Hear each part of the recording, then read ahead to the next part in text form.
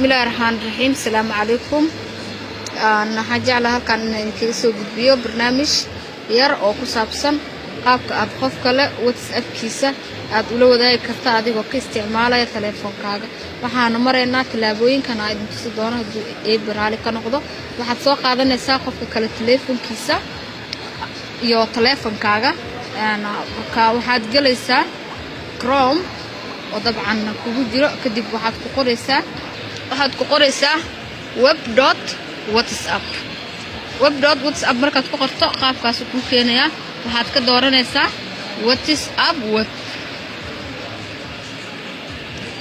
web marka ka doorto qaabkaas ku keenaa kadib waxaad taabanaysaa halkaas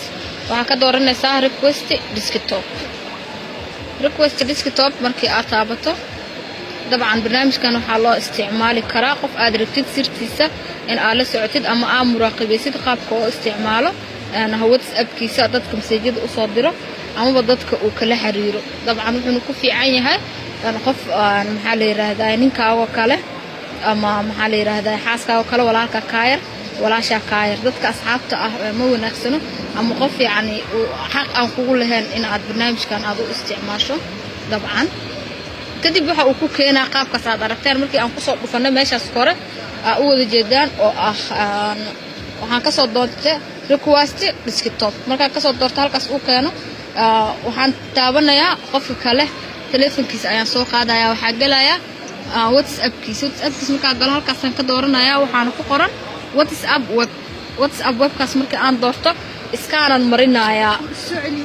markaas telefoonka waa soo qaadaa qofka kale iskaan koodkiisa aan uga marsado labada telefoon isku saara kadib waa isqaateen oo telefoonka uu ii sawirmaya WhatsApp kiina waa kaasa dabcan waa soo qabtay telefoonkeeygu waa kana qofkan telefoonkiisa waan aragnay keeygu waa kana qofkii WhatsApp kiisa isku fiiriyo dabcan waa isku meel jooga marka duu qof kale uu la hadlo